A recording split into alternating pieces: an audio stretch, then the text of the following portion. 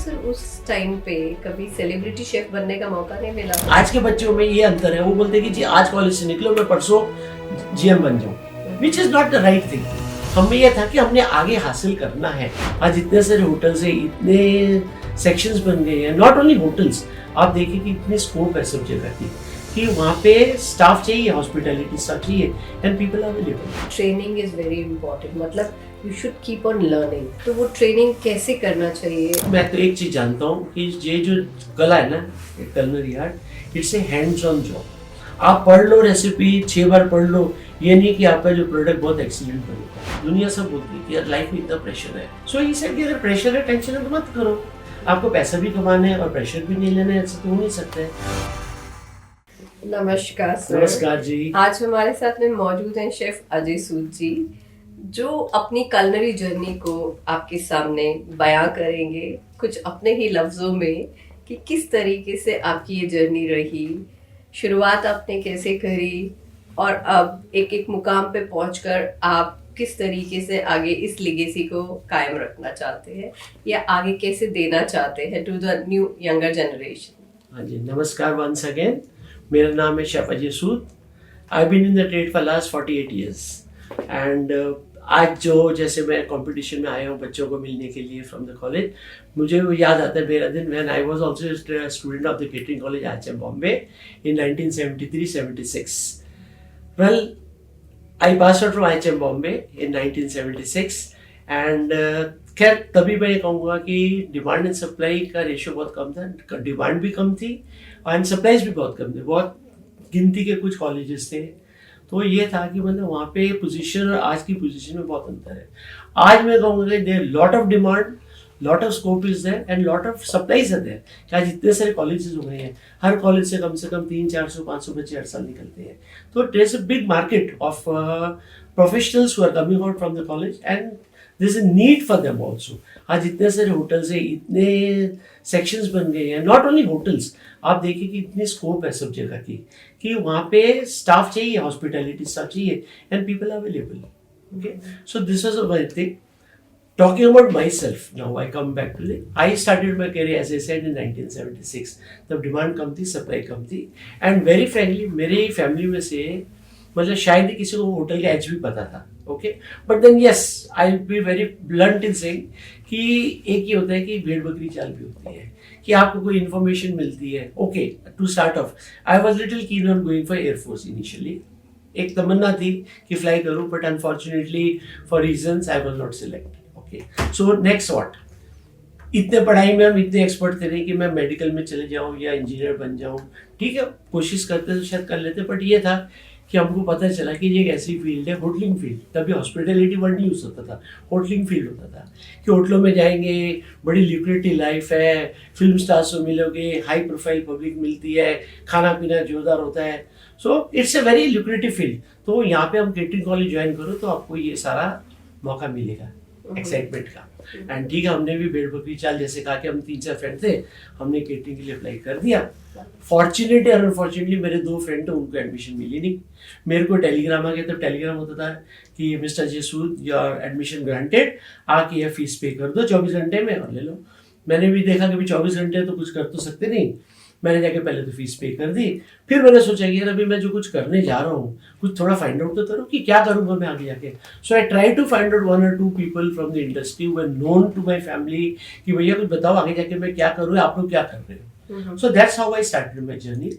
उन्होंने कहा कि नियर लाइफ बहुत अच्छी है, हमने अभी पास किया, ऐसे I got a job as an assistant manager, बस आगे जाके स्कोप बहुत बड़ा है, करियर बहुत अच्छी होती है, तो करो। हमने भी ये सुन के हमने ज्वाइन कर लिया catering college and luckily I did quite well in the catering college. मतलब मैं टॉप में तो नहीं था, बॉटम में भी नहीं था, मतलब I was better than the average students. ये था कि चलो हमने कर ली, डिप्लोमा पास आउट कर लिया और अभी नेक्स्ट गेम स्कोप कि भाई किस फील्ड में जाना है। सारे बोलते हैं कि शेफ में चले जाओ, तब शेफ की वैल्यू नहीं थी, सबको बोलते थे ये तो चला हेडर्स हुई है। ठीक है, अनफॉर्चुनेटली फैमिली में बोलते थे कि कर देता है, कुक है। सर्विस में जाएंगे तो तुम क्या करोगे, रे गंदी प्लेटें उठाओगे, या फ्रंट ऑफिस में जाओगे तो सारे दिन 8-9 घंटे खड़े रहोगे, यस सर नो सर करते रहोगे। मैं this was a thought process in those days, but anyway why I am trying to say this is कि तभी कुछ एक वोकेशनल गाइडेंस नहीं थी और मतलब ऐसा कोई गाइडेंस नहीं होती थी, एक कंस्ट्रक्टेड गाइडेंस नहीं थी कि आपको ये करना था आप ये करो, ये करना था ये करो. But anyway the concept was that you have to look towards some mentorship. ठीक है, तभी तो मेंटरशिप वर्ड भी नहीं होता था. Let's be very. तो ये था, हाँ जी, ये था कि जब अपनी इंडस्ट्री में कोई गिनती चुनी की हाई पर्सनैलिटीज देखी कि वो कर रहे हैं तो यार हमको ये करना चाहिए. So that's how I got my initial inspiration. कि जब मैं ट्रेनिंग के लिए जाता था ताज में या होटल सन एंड सन में, I am basically from Bombay, तो जब वहाँ मैं जाता था तो हम देखते थे कि सीनियर एग्जीक्यूटिव्स है जो है उनको हम उनके सामने देखते थे कि यार ये लोग कितना अच्छा कर रहे हैं. So first foremost personality who came in front of me was chef Satish Arora. मजाक में वो छोटे से हाइट के थे, बट हम देखते थे कि at such a young age 24 साल की उम्र में he is become an executive chef of A iconic hotel Taj Mahal hotel Bombay which was the most premium hotel in the world. और उसका एग्जीक्यूटिव शेफ बनना at this as was something A remarkable achievement. हम ये देखते थे कि अगर, एंड एक हमारे में एक इंस्पिरेशन आती थी कि अगर शेफ अरोड़ा इतना हासिल कर सकते हैं, हम हो सकता है उस लेवल पे ना पहुंचे पर उससे हाफ तो हम कर लेंगे. तो ये this was the biggest inspiration कि जी कि भाई अगर वो कर सकते तो हम भी करेंगे, हमको करना है. एक सॉर्ट ऑफ इंस्पिरेशन, एक प्रेशर था कि हमने अपने आप करके प्रूव करने की हम क्या कर सकते हैं. That's how I started my journey. I initially got an assignment in Taj Mahal Hotel Bombay. I was a trainee chef in Golden Dragon, and that's how my journey started. I was a trainee chef for initial about 2.5 years. But ये है कि चलो circumstances are different, थोड़ी आपकी lifestyle में भी फर्क आ जाता है. आई थॉट कि नहीं है सन एंड सैंड से अगर कोई ताज से कोई जगह दूसरी मिलती है, let us jump around. So I change over to hotel Sun and Sand. I Sun and Sand जी तभी हाँ जी तभी एक बहुत इकोनिक होटल होता था, one of the premium 5-star hotel those days. और ये होता था कि that used to be having a mushroom growth of film stars. मतलब वहाँ पे एक्टिविटीज इतनी धड़ाके की होती थी. So that was again a sort of excitement कि यार सन एंड सैंड ज्वाइन करें, वहाँ पे फिल्म स्टार्स आते हैं, मिलना जुलना होगा, you will have lot of excitement in life. आपको सर उस टाइम पे कभी सेलिब्रिटी शेफ बनने का मौका नहीं मिला? But that was the beginning. अभी तो मैंने पास किया 76 में, दिस वाज 78 के आसपास, 79 था. बट ठीक है, देखिए मैम ने तो ये देख लिया था कि शेफ अरोड़ा ने इतने साल लगाया है, इतने पहुंचे हैं. आगे शेफ एसके कपूर होते थे दूसरे जो, but we used to look at them कि भाई उन्होंने एक जर्नी पास की है और वो यहाँ पे आके इस मुकाम तक पहुंचे हैं, हम भी पहुंचेंगे. लेकिन ये नहीं था कि मैं कल का कल बन जाऊं. अनफॉर्चुनेटली आज के बच्चों में ये अंतर है, वो बोलते हैं कि जी आज कॉलेज से निकलो मैं परसों जीएम बन जाऊं, which is not the right thinking.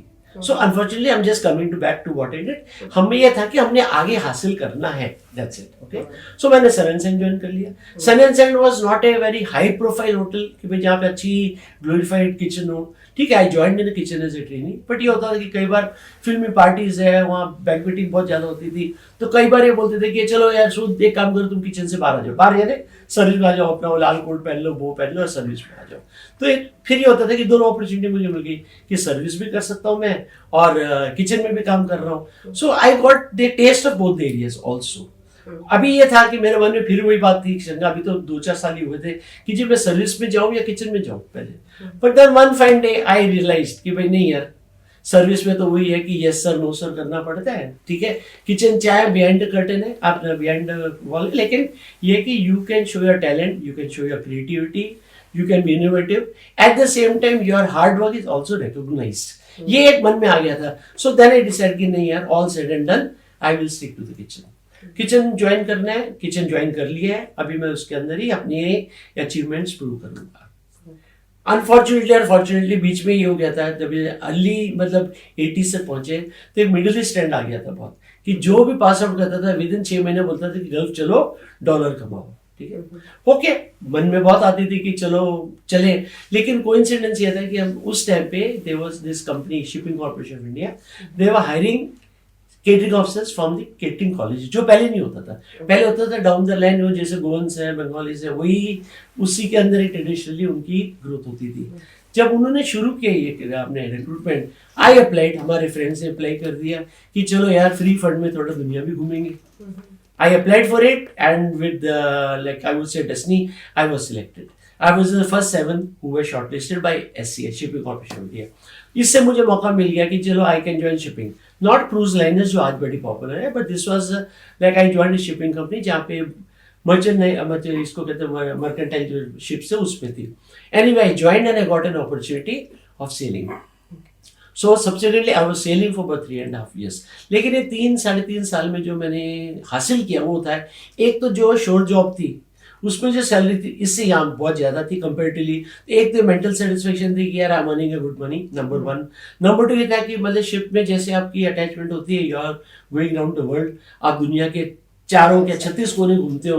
तो ये एक मुझे अपॉर्चुनिटी मिली कि I could see all the continents and many other countries, UK low, USA low, south Africa low. I could travel quite a lot.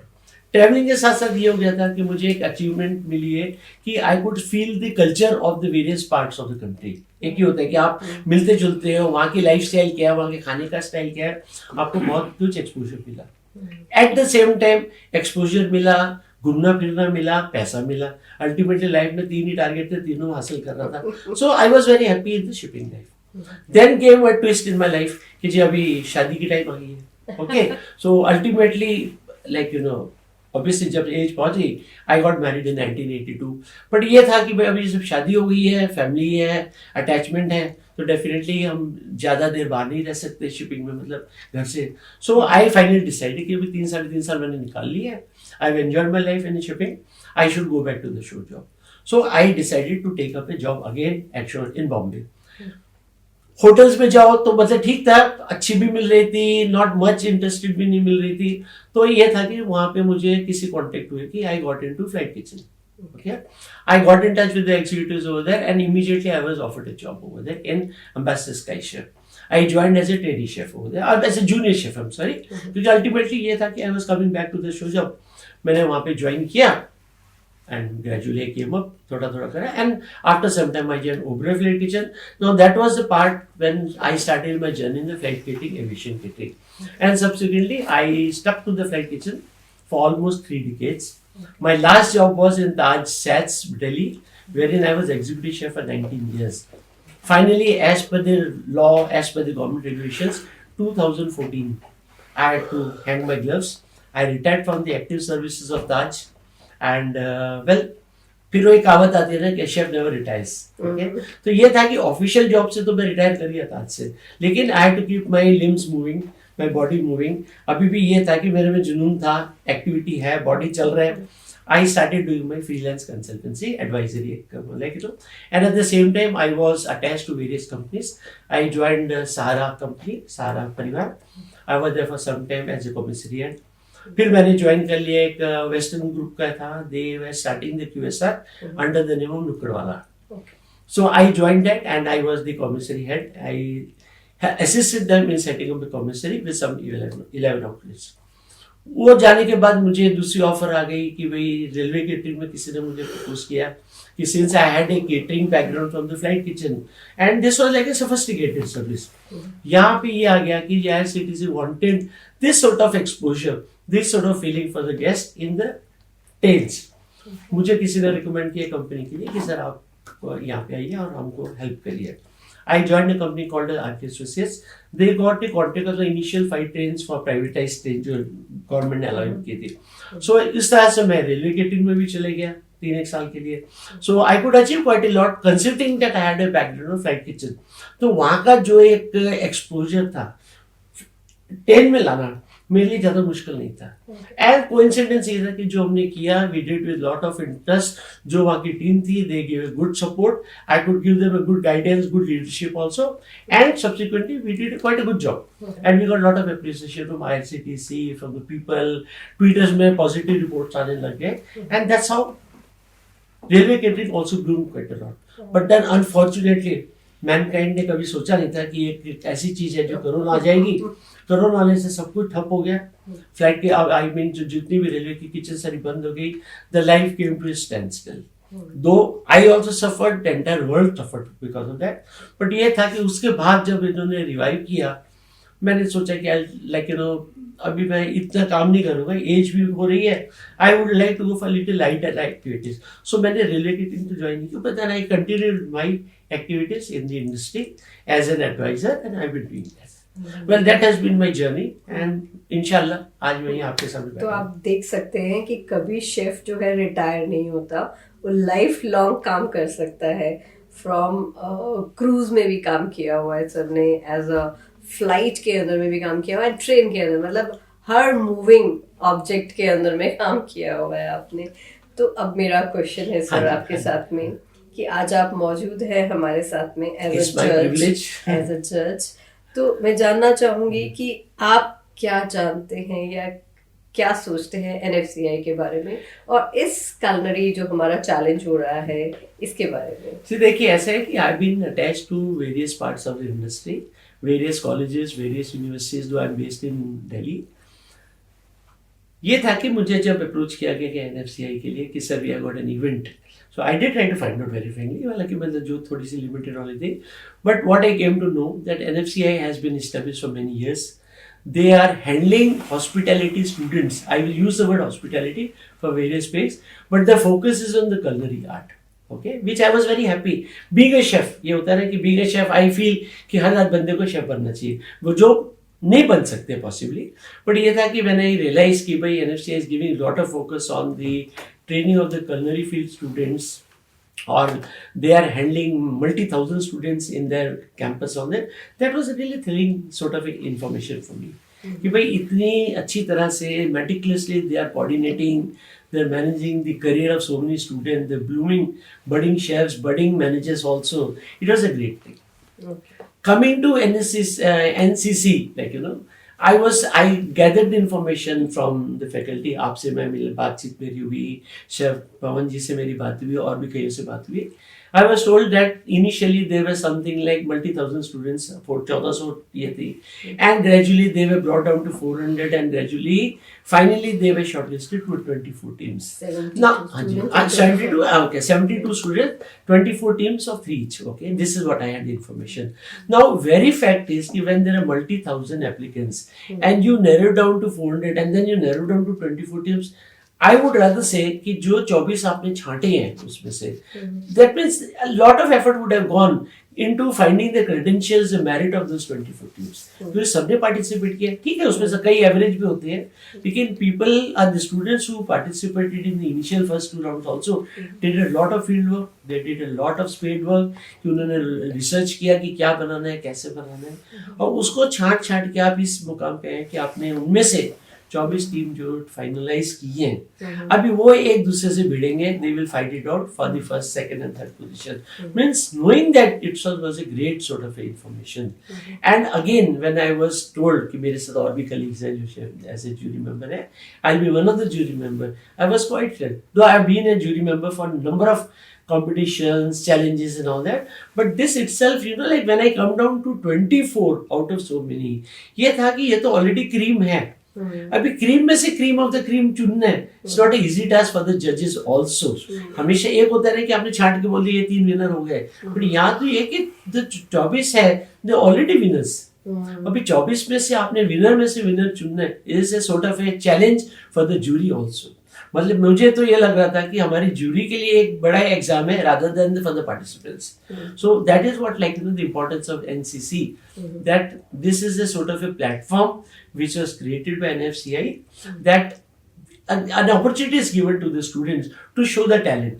आप आपका जो जुनून है, आपका जो इनोवेटिव आइडियाज है, आपके क्रिएटिव आइडिया, आप उसको एक प्लान करो, एक प्लेटफॉर्म पे लाके यहाँ रखो. And this was a platform which has been created by them to show the talent. Right. आपने एक बहुत अच्छी बात बोली थी कि जो फैकल्टी मेंबर को आप एकदम फैकल्टी मेंबर के पीछे पड़ जाओ, कि उनसे सीखो. मैं उनको मतलब शेफ खुद, मतलब स्टूडेंट को नहीं इतना बर्डन लेना चाहिए, इतना टेंशन लेना चाहिए जितना टेंशन देना चाहिए टू अ फैकल्टी. ये देखिए, मैंने मजाक में कहा था, मतलब in this I also follow that, कि मैंने किसी एक अच्छी पर्सनालिटी को सुना था, बोलते हैं कि यार दुनिया सब बोलती है कि यार लाइफ में इतना प्रेशर है, टेंशन हो गया. सो ही सेड कि अगर प्रेशर है, टेंशन है तो मत करो, आपको पैसा भी कमाना है और प्रेशर भी नहीं लेना है, ऐसा तो हो नहीं सकता है. So I correlated this to our life also as chefs also, बच्चों के लिए स्पेशली, लाइक बिकॉज हमारी तो चलो हमने इतने साल निकाल लिए है. This was a sort of A message which I wanted to create for the young budding chefs who are coming out into the industry now, कि सबसे पहले तो मोस्ट इंपॉर्टेंट चीज है कि you have to keep abreast yourself with what is happening in the industry, कि क्या नया चेंज हो रहा है, क्या ट्विस्ट आ रहा है, what are the new trends. देखिए फैकल्टी उनको हेल्प करती है पर स्पून फीडिंग नहीं करती है, तो कुछ चीजें उनको खुद भी हासिल करनी है। आप टीवी शोज देखो, आप मैगजीन्स पढ़ो, न्यूज पढ़ो, इंडस्ट्री में क्या हो रहा है और नए होटलों में कैसी इनोवेशन हो रही है, ये आपको करना है। साथ साथ में सिंसियर है पार्ट ऑफ द कॉलेज, ठीक है। आपको फैकल्टी है, सीनियर जूनियर जो भी है जितने लेवल के, they are there to support you, okay.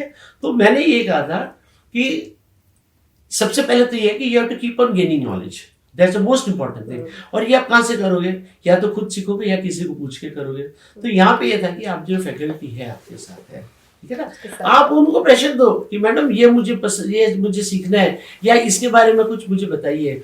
हो सकता है कि फैकल्टी को भी पार्टली उसके बारे में पता हो, शी और he will do a lot of spade work, they will do lot of study and they will come out with answer कि बेटा ये जो तुमने कल पूछा था इसका आंसर ये है। तो ये था कि आप प्रेशर दो, मतलब इन द सेंस ये था कि, और दूसरा में एक इम्पोर्टेंट चीज मैं अपनी लाइफ में जो मैं फॉलो करता हूँ, बोलता हूँ कि communication is the most important thing. Communication ये नहीं है कि अगर आप मतलब खाली 1-2 मिनट बात कर लो, even it's a solution to lot of discrepancies also. घर में फ्रेंड्स के साथ प्रॉब्लम जो होती है, अगर आप कम्युनिकेट करो you can thresh out all the problems. और यहाँ पे ये कि अगर आप कम्युनिकेट करो, अपने कलीग्स के साथ करो, अपने सीनियर्स के साथ करो, अपने फैकल्टी के साथ डिस्कस करो, आप डिस्कस करोगे तो आपको उसके वहां से लॉट ऑफ इंफॉर्मेशन बाहर आएगी and that will be a learning access for you. एक चीज आपने बोला था कि ट्रेनिंग इज वेरी इंपॉर्टेंट, मतलब you should keep on learning. That's exactly, yes. तो वो ट्रेनिंग कैसे करना चाहिए और किस तरीके से, जैसे आप एक इस मुकाम पे पहुंच गए हैं, आप अपने शेफ्स को कैसे ट्रेन करते थे?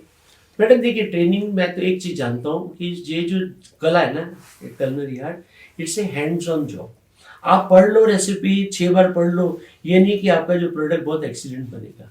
जब तक आप एक चीज को, एक सिर्फ ले लो, आलू उबालने आपने, किस लेवल पे उबालने हैं, कितना उबालना है, कितनी उसकी हार्डनेस होनी चाहिए, it varies from what item you making, है ना।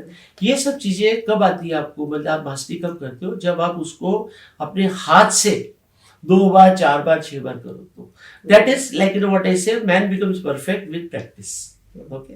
तो आपको ये करते जाना है। जब आपको लगे कि हाँ जी ये अभी एक अचीवमेंट मिली है, yes you have achieve something, but that's not the end again, there are many more things to be done. मैंने तो सिर्फ एक आलू का example, there are so many things as a chef. So hands on practice, hands on exposure और being on the floor is the most important thing.